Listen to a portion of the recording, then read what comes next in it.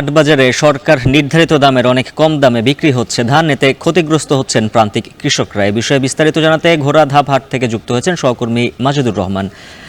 মাজেদ, আপনার কাছে জানতে চাই, প্রান্তিক যে কৃষক রয়েছেন তারা সরকার নির্ধারিত ধানের যে দাম সেটি কেন পাচ্ছে না? যারা ব্যবসায়ী রয়েছেন তারা কিনে নিচ্ছেন, তারা কি বলছেন?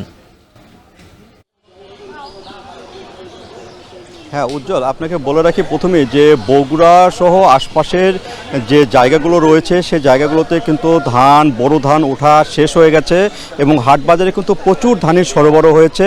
এবং আজকে যে ঘোড়াধাপ হাট, সেই হাটটিতে কিন্তু ধান যে মোটা জাতের যে ধানটি সেটি বিক্রি হচ্ছে 1100 থেকে 1150 পর্যন্ত, যেটি কয়েকদিন আগেও ছিল 900-1000 টাকা, কিন্তু আজকে একটু দামটা বেড়েছে। আর সরকার নির্ধারিত করে দিয়েছে এই ধানটি 1280 টাকা প্রতি মণ, কিন্তু সেখানে সরকার নির্ধারিত ধানের দামের চেয়ে কিন্তু অনেক কম দামে কিন্তু হাট বাজারে এখানে ধান বিক্রি হচ্ছে। আর মোটা যে চিকন যে ধানটি সেটি কিছুদিন আগেও, প্রায় 2-3 মাস আগেও যেখানে ছিল প্রায় 1400-1500 টাকা মণ, সেই ধানটি আজকে বাজারে কিন্তু 1180 এবং 1200 টাকা বিক্রি হচ্ছে।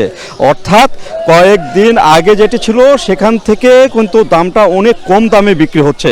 আর এখানে কৃষক, যারা প্রান্তিক কৃষক রয়েছে, তারা বলছেন যে বর্তমানে যে ধান কাটামারাই করতে প্রতিটি যে লেবার রয়েছে তারা কিন্তু প্রায় 1000 টাকা পর্যন্ত মজুরি নিয়েছে। সেখানে 1 মণ ধান বিক্রি করে কিন্তু একটা লেবারে খরচ দিতে হয়েছে এখানে। আর এখানে কৃষকরা সরকার নির্ধারিত মূল্যে ধান দিতে পারছে না। এর প্রধান যেটি কারণ সেটি হলো আর্দ্রতা।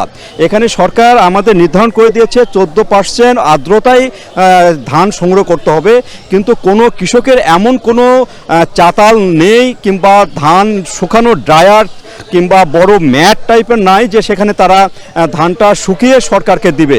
সেক্ষেত্রে কৃষকরা যেটি দাবি করছে সেটা হলো আর্দ্রতা ক্ষেত্রে একটু ছাড় দেওয়া, কিংবা তারা বলছে 14 জায়গায় যদি 16% কিংবা 17% আর্দ্রতায় ধান সংগ্রহ করা হয় তারা কিন্তু ন্যায্য দামটা পেতে পারে, এটি বলছে কৃষক।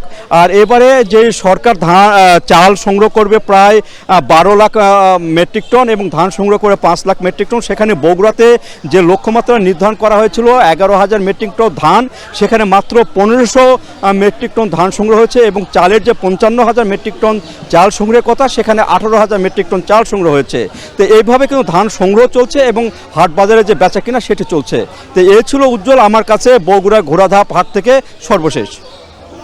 সহকর্মী মাজেদুর রহমান বগুড়ার ঘোড়াধাপ হাট থেকে জানাচ্ছিলেন ধান চালের যে ক্রয় মূল্য সেটি নিয়ে, এবং সেখানে কৃষকরা অভিযোগ করছেন তারা যেই ন্যায্য দাম সেটি পাচ্ছেন না। ফলে বগুড়ার পুরো জেলায় যেই ধান চাল উৎপাদনের লক্ষ্যমাত্রা সেটি উৎপাদনে এবং সেটি পূরণে ঘাটতি দেখা দিতেই পারে।